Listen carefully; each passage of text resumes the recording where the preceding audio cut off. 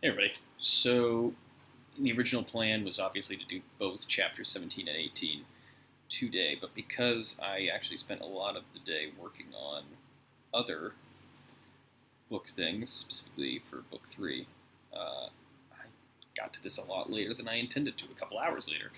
So I'm just going to read 17. I'll try to get 18 up tomorrow and then 19 the next day, and that will get me a little closer to where we need to be.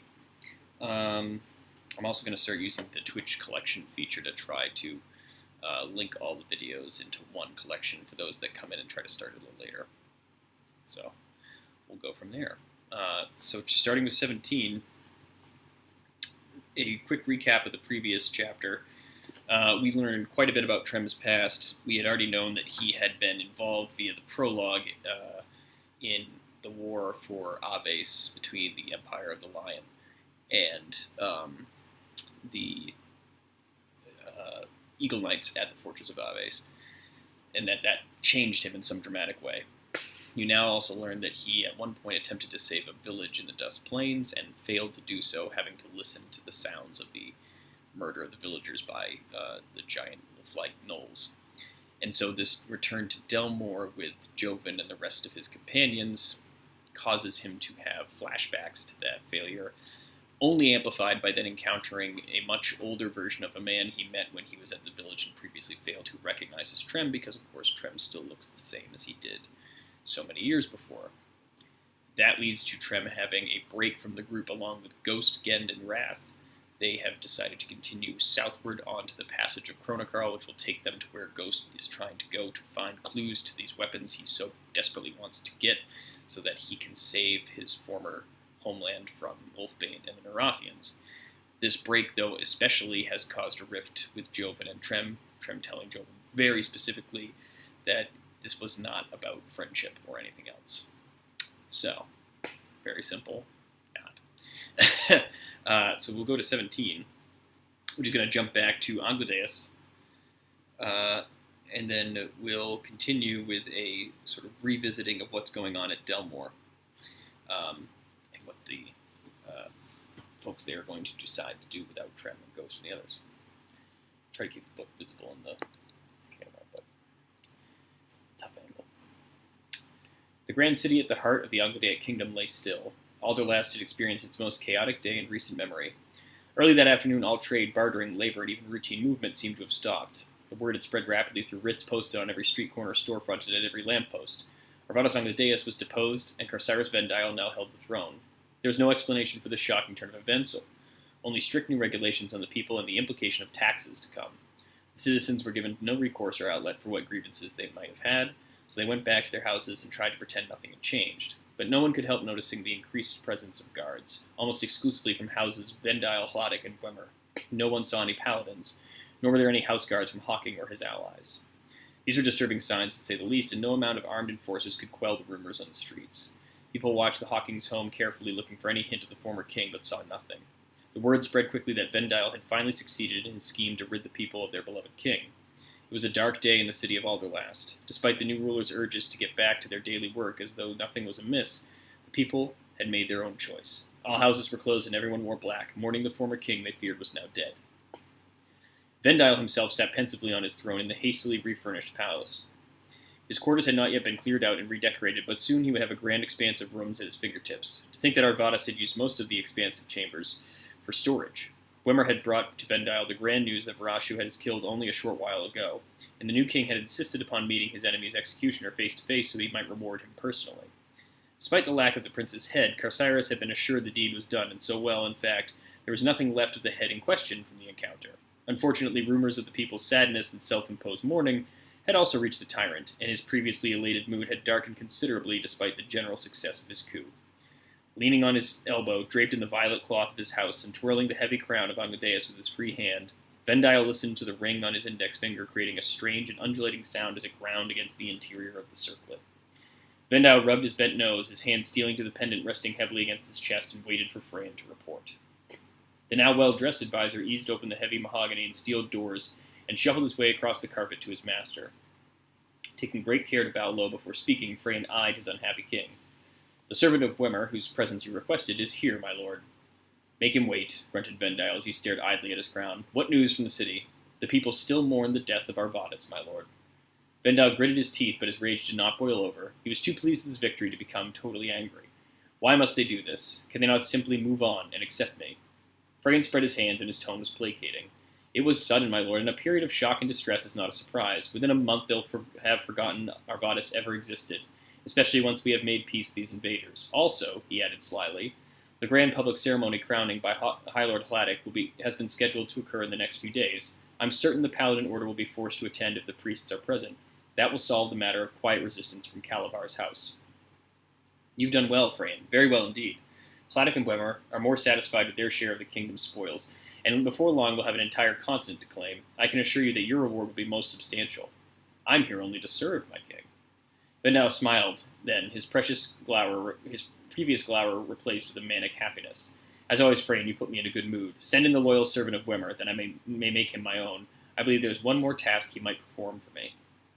Freyn nodded in acquiescence and departed quietly from the presence of his king. The advisor smiled slightly to himself as he neared the entrance of the hall.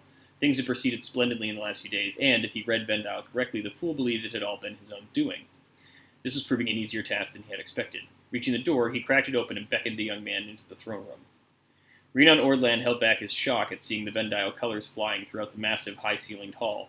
Where Arvadus had been king, the room had been used for private councils and open audiences with the people, with all the High Lord banners displayed in small stature compared with that of the Anglo-Daik nation itself. The young soldier was accustomed to seeing a large, long table as the room's only real furniture or decoration. Now a velvet carpet of purple stood out against the shining white marble of the floor, and many grand vases and newly hung chandeliers of fine crystal. For all its opulence, it was the gently rippling banners of Vendile that made Rhiannon's skin crawl. Walking slowly down the long path through the pristine flooring, he kept a tight grip on his sword hilt. His armor was plain but well kept and shone in the flickering torchlight that pushed back the gathering night in the massive hall windows. Rhiannon knelt and bowed his head before the throne, noting the vile man before him sat unarmed and unguarded. Vendile stood and stepped down from his throne, taking the man by the shoulder and pulling him up. Rhiannon could see the new king was much taller than even himself, and Rhiannon considered himself a large man. The dark eyes and black hair stood out in the rough and somewhat contorted face of the smiling king. Rhiannon found himself on the defensive, though he could not say why. He wisely released his sword hilt. Vendile put his arm around the young man's shoulders and walked him a short way from the throne. Ah, yes, the loyal servant returns. I hear you've done your king a great service, young soldier, and you must know it will be rewarded. Rhiannon swallowed. I follow my orders like any good servant would, your majesty. Vendile's grin widened. Your majesty, why I like the sound of that. Tell me, my fine warrior, what's your name? Rhiannon, sire. Rhiannon, a bold name for a mere warrior, though I must say I approve. Now, Rhiannon, rest assured that a grand prize for your service is forthcoming, but first I must ask you to prove your loyalty once again, for I feel only you can be trusted with the task I am about to hand down. Rhiannon tensed, but forced himself to respond calmly. Whatever you desire, my lord. Vendile pulled the young man still closer, and his mad eyes danced. Now that, my good Rhiannon, is precisely what I wanted to hear. Varasho awoke to find it was already nightfall, and cursing his own frailty, he hurriedly rose and dressed. Strapping on his light cuirass and grabbing his heavy steel staff, he readied himself. As he stood in his room holding his weapon, he paused to examine it. Runadin Calavar had gifted it to him when he reached the paladin rank. It was a beautiful piece, an 8-foot thin steel staff with a scaled grip design on the shaft. At each end, claws held wide orbs, heavy and dangerous. Only a truly devout warrior could find the strength to lift such a weapon. Varasho could wield it with ease, and he hefted it now, thinking of the moment he had received it, and the pride that had washed over him. Varasho cut his revelation off forcefully, and walked quickly downstairs to find the other three already awaiting him. Eyeing them, he strode to the table and laid down a map of Alderlast he'd brought from his room. Were you planning to let me sleep the night away? Graham cleared his throat. Begging your pardon, my lord, but it is only just darkened outside, and we thought rest would do you good. And if I rest all day, Graham, when do you expect me to plan? The older man opened his mouth to reply, but could come up with nothing. Varasho waved him into silence. Fear not, my friend, I had hatched a rough idea of our course before I slept. You both know that Lena here was once a servant in the palace. The two guards shook their heads. Well, suffice to say she was, and her work there will allow us to rescue my father swiftly and with little interference. There are passages within the palace only accessible by those who know them, and most who do know such secret ways are the servants. Previous kings wanted their retainers able to easily cater to them at every whim, but to do so out of sight. These passages can take us anywhere in the palace and also keep us somewhat hidden. From what I was told, they can even bring us to the dungeons. Lena nodded. I've had reason to use these very passages before. Getting you inside will not prove difficult. Derek cleared his throat and inquired, Perhaps, my lady, but What of the others we'll bring with us? There will be no others, Varasho said softly. We cannot run the risk of word reaching Vendile, nor can we take the chance that with so many in our midst we might be discovered. The fewer in number we are, the better our chances for success. So only the 4 of us, then. Graham's tone was somewhat hesitant. What about your friends within the palace? We don't have time to await Renon's help, and also have no way of knowing where he is, or even if he can aid us, Varasho said decisively, adding, we must look to ourselves and not count on his aid. The others exchanged looks of acceptance and determination, and then they turned to study the map with Varasho. Lena placed a thin finger on it near the northwest end of the city. The servants used to live exclusively in this part of Alderlass, so the entrances all originate here. Since the palace is at the center of the city, it will take us at least an hour to reach the passages that lead to the palace proper. Finding the correct passage in the cell where Arvadas is being held might take longer. We should leave now and move swiftly before it gets too late. We will not be fleeing under the cover of nightfall. We will get inside, find my father, and flee the city to rally our allies near the Pillars of Light. Varasho met the eyes of his fellow conspirators one at a time, willing his own determination into them with a look. Then we can start taking back what we've lost. People will flock to their true king, and Vendile's reign will be short indeed. A sudden knock at the door jerked the 4 from their examination of the map. Derek moved swiftly to stand by the entrance as Graham went to answer the door, and Varasho pushed Lena protectively behind him. Graham eased the door open, and as the figure outside started to step in, Derek grabbed the tunic of the intruder and flung him to the floor. It was a young boy, perhaps 13, and he was carrying a letter in his hand. He stared wide-eyed at Derek as the soldier held his blade near the boy's throat. It's only a child, my lord. Looks like he's delivering a message. Varasho strode over and knelt by the frightened boy, asking, Who sent you? My brother, Renon, stuttered the young man. He said it was urgent. He said you needed to come quickly. Let him up. Derek heaved the child onto his feet, and Varasho took the hastily scrawled and crumpled letter from him. Opening it, he scanned it swiftly, and his eyes widened. He grabbed the boy's collar and pulled him close. Your brother, when did he send you? Lena tried to calm Varasho. He's frightened. Let him go. Tell me, yelled Varasho. When did he send you?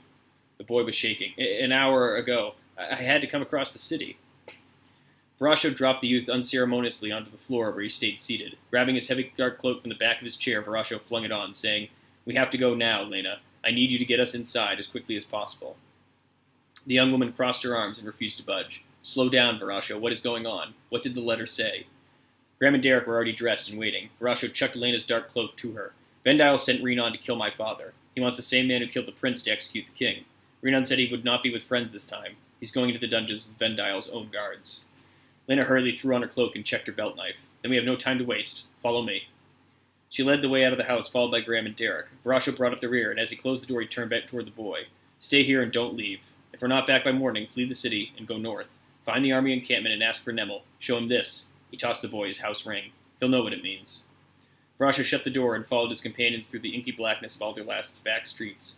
The boy watched from the window until the figures disappeared. Then he curled up in the corner to wait, nervously shaking the ring in his cupped hands.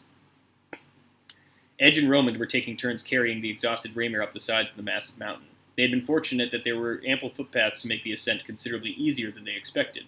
Raymir had not gained consciousness since falling into a deep slumber after they escaped the Daemon Wolf's attack, but Romand had assured Edge that she was merely resting. Still, the younger man was concerned. Even if Raymir were merely exhausted from the immense expenditure of herself that went into her magic in the battle with the demonic Kurok, they needed her awake, if only so she could make the climb on her own. Romand, as strong as he was, could not maintain the hard rate at which they were ascending with Raymir on his shoulders. Edge had done the majority of the carrying, but even he was weary from the long hours and lack of sleep. Romand finally stumbled as they were beginning yet another steep, hairpin pathway winding back from where they had slowly plodded for several hours. Despite his protests, Edge insisted they stop and rest. The two set Raymir down gently under an overhanging cliff and sheltered them from the non-stop snowfall. Romand leaned back, exhausted with his eyes closed. Edge reached into his dwindling pack of supplies and pulled out the remains of kindling. Clearing out the snow as best he could, he set down the sparse dry wood and pulled his flint and fought with the stone until he got a meager fire burning. Romand kept his eyes closed, but he groaned and muttered, Is that the last of our wood you're burning? I'm afraid so. Well, I hope it lasts. Personally, I am a little tired of this white, cold wasteland. Edge didn't answer. He focused on coaxing the small fire to greater heights. Romand stayed silent a moment longer, then asked, How far do you suppose we are from the summit? Edge thought a moment. Perhaps 2 days, maybe 3? Romand opened his eyes in concern and glanced at the warrior. Do you think we'll find any wood there? Ed shrugged. It's exposed, which might mean it's too cold, but could also mean that the sunlight actually reaches the top. There may be soil there as well. Romand shifted, trying to make himself more comfortable. And how do we cut down any fledgling growth we might find? Edge looked at him. My halberd has an axe head that should manage. Romand chuckled. As long as you are the one who ends up swinging it. How's our food supply looking? Romand reached into his pack and felt around. Well, on a rough estimate, I would say we have about 2 weeks' worth left, maybe 3 if we really stretch it. We do that, and we won't have the energy to climb back down the mountain or get across the plains. The hard man from Hethagar shrugged. Then I guess we better hope this tower of yours isn't too far from here. We're in a bit of a tight spot, wouldn't you say? Roman laughed lightly. Please, my friend, this is a holiday compared to dark times I've seen. Roman patted him on the arm. Now you get some rest, and I'll take first watch. But what I could possibly see in this swirling blanket of white is beyond me. Edge was too tired to argue, and before long he was fast asleep with his head on Ramir's shoulder. Roman watched them for a while with a small smile. Somehow, this far from home in a frozen wasteland, he felt the warmest he had in years. Adjusting his armor and flexing his legs, he pulled his feet underneath him and leaned against the strong rock of the mountain. Just hold me together a little longer, and I promise I'll get out of this. Roman stared at the shifting cloud of snow, uncertain as to whose aid he was calling for, but strangely confident his prayers would be answered. Javanaleth was still sitting astride his horse, lost in the bewilderment at the southern entrance. He did not even realize that he was crying until Logan appeared standing beside him. Come on, lad. We need to get inside for a bit. Jovan complied without really knowing he was. Logan eased him out of the saddle, and Grimtooth led his horse behind them. The orc followed them as Logan escorted Jovan towards a small thatch-roofed home in the center of town. Diaga and Neep were sitting outside on 2 barrels, talking quietly to some of the more inquisitive townspeople. The hubbub of fear that had permeated Delmore was gone with the sudden split of the travelers. The townspeople were waiting now, waiting to see what would happen next, almost as though their own predicament no longer mattered. Diaga watched Javanaleth approach silently, but he kept his mouth moving and his hands working simple tricks for the adults and children in front of him. Logan stopped in front of the door and grasped Jovan by the shoulders. Listen to me, Javanaleth. The young man met his eyes briefly, and Logan took that to mean he had his attention. Listen to me. This is Joseph's home, the old man who knows Trem. You need to go speak to him. Trem is your friend, and he's gone now, but I do not think we've seen the last of him. I told Joseph that Trem was helping you. He wants to tell you something, and he wants to tell only you. Jovan's eyes came up and this time held Logan's own. Why? Logan shook his head. I'm not sure, but if we want to help these people, we need his cooperation, and to get that, you need to talk to him first. I understand that, Logan, but why does he want to talk to me? I'm not in charge. That, my son, is irrelevant. Javanaleth turned to see Joseph standing in the doorway to his home. I'm not looking to talk to the one in charge. I'd have spoken to the Angledaic already. I want to talk to someone who knows him. Jovan faced the old man. You mean Trem? Joseph shrugged. His name is also irrelevant. Javanaleth crossed his arms. Then tell me, sir, what exactly is relevant? Joseph smiled. Why don't you come inside, and I'll tell you. Jovan paused, then he walked inside, closing the door behind him. Joseph walked over to his table and pulled out a chair. Sit, please. Are you hungry? Javanaleth moved to the chair, but did not seat himself. It sounds like a rather large army is about to descend on your town. Shouldn't we move this along? When you're as old as I am, time no longer seems to matter. Well, I'm afraid I'm not old enough to think like that, Jovan said as he sat slowly. Joseph turned from his cupboard, smiling. Your name is Javanaleth. I heard the wizard say you were a prince. I'm Joseph. I was once a soldier. Jovan took a chunk of cheese offered to him by Joseph and eyed the worn figure holding the tray. How'd you meet Trem? Joseph sighed and sat down opposite the younger man. He tried to save my village once over 20 years ago. That's not possible. Trem can't be more than 25 himself. What was he, a child savior? Jovan's tone was incredulous and bordering on exasperation. I heard you were friends before he saw me and chose to flee. Joseph's voice no longer attempted to feign hospitality, recognizing Javanaleth was not interested in it as it was. I know why he left. Trem failed when trying to help me long ago, and he fears he'll fail again. Regardless of what you might think you know about him, I believe none of us truly know anything. I believe he's someone, something, we can't even begin to comprehend. What makes you think that, Joseph? The wizened man suddenly reached across the table and grabbed Jovan's hand. Because, boy, I've seen over 70 years of my time on Tethtanir, and no one has ever had eyes like his. You're judging him based on his eyes. Joseph cocked his head slightly in thought. You've seen them. Tell me they didn't send a shiver down your spine. Tell me they didn't look right into your soul. Jovan stared back at him, beginning to wonder if the old man was a bit short on senses. I don't know that his eyes ever looked through me, but there's something about him. I'll admit that. Let me tell you something only time will reveal, Joseph released his hold. Your friend, he's unique in a way beyond individuality. He is, well, I'm not sure what he is. Jovan stood and shoved his chair back in its place. Must you constantly refer to him as my friend? He's just someone who helped me once. Joseph was quiet for a moment, then asked, And what is he now? Nobody. Javanaleth looked at him as though expecting further dispute, but when none came, he said, I'm not concerned about him anymore. My only concern is doing what he wouldn't do. I'm here to help you, and this town. Jovan turned to go, but Joseph stopped him at the doorway, saying, Don't be so quick to judge him, young man. When Trem tried to help me so long ago, his efforts could not prevent the terrible deaths of my friends. It does not surprise me that he is afraid to help me again. Joseph stood and walked to the door, leaning in close and whispering, Are you so sure you want to make the same mistake? Joven turned to meet Joseph's gaze. I'd pay any price to help people in need. Any price at all. Joseph's hard face lightened into a genuine smile. Then it sounds like we're both headed toward the same end. Let's go talk to your Anglo-Daic friend. Javaneleth and Joseph emerged from the older man's home to find the entire town had arrayed themselves before the house while they were inside. Logan had taken up a position on a broken-down cart near Joseph's door and was addressing the populace. People of Delmore, listen to me. Within a few hours, there'll be a large army of Broken attacking your town. It's a fight you cannot win. A voice called out from the crowd. Tell us something we don't know, Anglo-Daic. Why waste our time listening to you when we could be fleeing west? Logan addressed the unseen voice from his position. Because if you flee west, you'll also die. There's no safety in Guayaquil, even if you could reach it in time, and you can't. So what are we supposed to do? Logan glanced down at Diaga, who was leaning against the cart. The young mage looked back, shrugged, and nodded. The knight took a deep breath and spoke. You can't flee west. You have to go south. There's a road through the woods leading into the old caverns there. We can take you. There was a massive clamor of noise on the mention of going south. Women shrieked and men were yelling. One voice came through the noise. To go south, as you say, would take us into the haunted caves of the dwarves. You ask us to choose one death over another. Logan tried to quell the increasing swells of rage, but he no longer had a hold over the townspeople. Diaga left the wagon and came over to Joven and Joseph. You've got to do something, he said to the elder. Otherwise, these people are just going to argue until you're all dead. Joseph looked at him and then glanced at Joven. The young man asked Diaga, Is there any chance we make it safely south? It will be difficult, the young mage sighed. I believe the caves are dangerous, but Gend is not the only one who knows them. I read about them once. I think I remember enough to get us inside. After that, we're in the hands of the gods. Joseph paused as though considering, then he rubbed his careworn palms together and patted the young mage on the back. A chance is better than nothing at all. We need Caliandra to get them calmed down, though. Diaga cocked his head in confusion, asking, Who's Caliandra? That would be me. The woman they had seen briefly upon entering the town stepped forward, ignoring the tumult behind her. Joven and Diaga felt themselves bow instinctively. She was clad in a sheer white robe with a round, caring face and dark hair.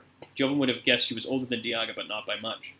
Her attire was simple. She wore a steel pendant with the open and accepting hands that were the symbol of Endoth, god of healing, etched on it. She smiled at their bows and said, Please, if you could get everyone's attention. Javaneleth helped the old man up onto the cart. Joseph nodded to Logan, who stepped aside. Gradually the crowd quieted as they saw one of their own poised to speak, Caliandra standing beside the barrel, but shining like a beacon in her white robes. Joseph put up his hands as they turned to him. My friends, listen to me. These people are honest travelers who are offering to help us for no reason other than they are good folk like us. Now this young man, he gestured to Diaga, says he can find a way into the caves, and after that they'll do our best to guide us out. I say we go with them, because if we do not, we're certainly going to die. The crowd was silent as they took this in. Joseph gave them no chance to respond. Please, my friends, you've trusted me in this time of danger. Do not stop now. Caliandra's voice rose powerfully from beside him. People of Delmore trust in these men. They could have fled when the others did, but they have stayed only to help us. The crowd rumbled, and then a voice called out, I'll go with you. Aye, me too. And us as well. I'd rather die with friends in a cave than monsters in my own streets. And just like that, it was decided. Joseph nodded solemnly amid the cheers and cries of his people. Grimtooth took his place and began issuing orders for the carts to be repositioned and barriers to be erected. The people went about their tasks with renewed hope and fervor. Logan aided Joseph once again as he clambered down from his makeshift podium. The old man thanked him, and as the other companions joined them, Javaneleth looked at Logan. You're the most experienced. How do we make this happen? It won't be easy. Logan looked around the town and seemed to be making a great number of critical calculations as he did. If there are fewer than 200 people to get out of Delmore, we can have them moving before the army arrives. Otherwise, we're going to have to make a stand long enough for people to get safely away. Diaga leaned on his staff while Neep crouched beside him, sharpening her sword on Joven's whetstone. What are our chances if there are more than 200? Logan shrugged. Not good. We have to cover 2 entrances with only ourselves and every able-bodied fighter left in Delmore. I don't imagine that leaves us many defenders. Most of those outside the main town left before things got so dire. Joseph interjected, and you'll need someone to lead the wagons and get the refugees organized. Joven had fetched a recurve bow from Joseph's home at the older man's offering, and tested his bowstring as he pondered their predicament. How many men do we have? Joseph thought a moment before saying, perhaps 100, maybe a score more. Logan rubbed his chin thoughtfully. That leaves us about 50 apiece for each entrance, and we're going to need some barriers. How long do you think we can hold off once they attack? Asked Diaga. Logan shook his head. Perhaps an hour if they don't come in full force. And if they do, less than half an hour at best. They stood there digesting the information. Javaneleth watched the people milling about the streets, urgently moving things and trying to get the flight going as swiftly as possible. I'll take the north entrance. Logan, you and Grimtooth take the western one. Diaga, you and Neep stay with the wagons. See if you can get them moving any faster. Logan interrupted. The north end is going to be the hardest hit, Joven. They're marching right into it. Why don't you let Grimtooth and I take that post? I can handle it. Joven stood a bit straighter, and his expression broke to no argument. If you are at the west entrance, you can help Diaga with the townspeople.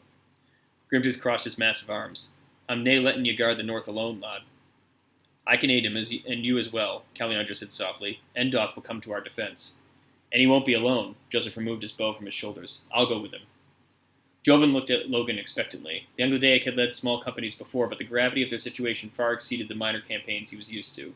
He knew if he sent Jovanileth to the north end of town, flight would be almost impossible once the attack began. He also knew that the young man would not accept no for an answer. Feeling trapped in a situation not of his own making, he sighed and said, All right, Joven, you and Joseph take 50 men and go north. Grimtooth and I will take the rest and build barriers, and then send a few more your way. No reason to split our force halfway when most of the action will be headed towards you. Diaga and Caliandra, see if you can get these people moving. Grimtooth and I will clear the west end houses as we move to the entrance. Use the broken wagons and anything else you can find for the defenses. Diaga looked at Joseph. How many people are we evacuating? The old man returned his gaze solemnly. Over 500, mostly women, children, and the elderly. The silence that followed was like a black cloud over the defenders. Logan chuckled ruefully. Well, he said, no one ever became a hero without beating the odds. I don't want to be a hero, said Joven. I just want these people to have a chance. Grimtooth smiled sadly. Aye, lad, and a bloody good chance we be given them. The trip through Alderlast was swift, with Lena in the lead. Varasho hurried to keep up as Graham wordlessly took the rear guard.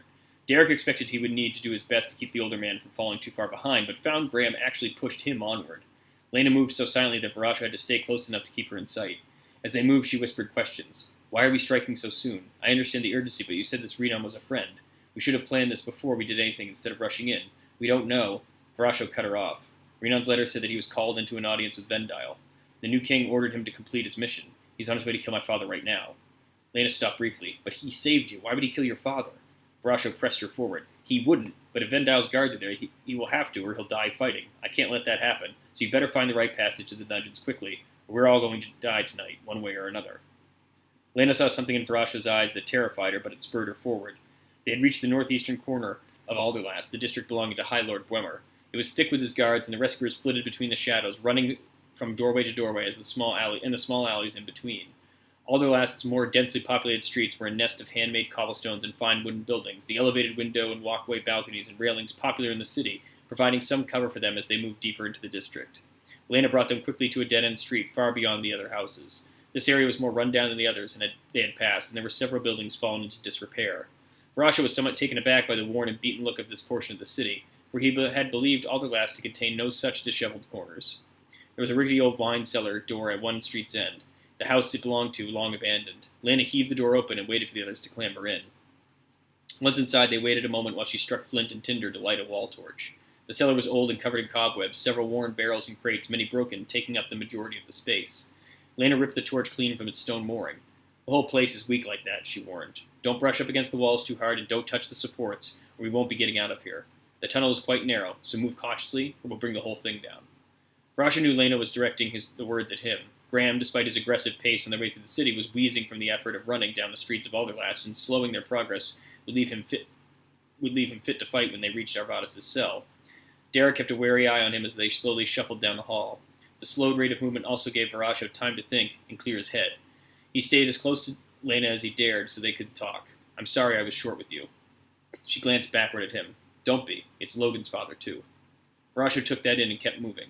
He watched Lena's sleek, raven-haired form move silently before him. Derek and Graham were quiet behind Varasho. Lena whispered back to him, Will Graham be all right? He doesn't seem to be holding up well. Varasho chuckled softly. He's an old man, but not a weak one. He just can't run as quickly as I was demanding of him. Once we get into any sort of combat, he'll be just fine. Varasho eyed her as they kept up the steady pace now down the twisting tunnel. Inside, he felt something was very wrong about this place. Varasho reached out and grabbed Lena's arm, nearly knocking her into the old dilapidated wall. What are you doing? Lena was angry until she saw Varasho's face, the concern unmistakable in his eyes. What is it, Varasho? The grim, dethroned prince looked at her straight on and spoke softly. Promise me something, Lena. Angry now, she hissed back. What? Not to be seen by your father? You want me to leave before I can be seen at all? Varasho held her gaze. Yes, but not because of that. Promise me you'll get clear once we find my father, that you'll leave here and go home once we're inside. Promise me. Lena met his burning eyes. Why, Varasho? Why do you suddenly care? Varasho swallowed, but he offered her no explanation. Just make me the promise. You've done all you can anyway. Lena dropped her eyes from Varasho's. Very well, I promise. Varasho nodded as though to convince himself. Lead the way. Graham and Derek stayed stoically silent as they watched the exchange. Once the would-be rescuers began to move again, Graham nudged his less experienced friend. You listen to me, youngster. You and I have been together a long time and protected the interests of our king for as long a time. No matter what happens once we get inside, you keep an eye on that woman. Keep her safe, understand? I'm too old to do it. Derek had never heard Graham speak so seriously or for so long. Yes, sir, I will. Graham nodded as though that were settled. That's a good lad. Now let's keep up.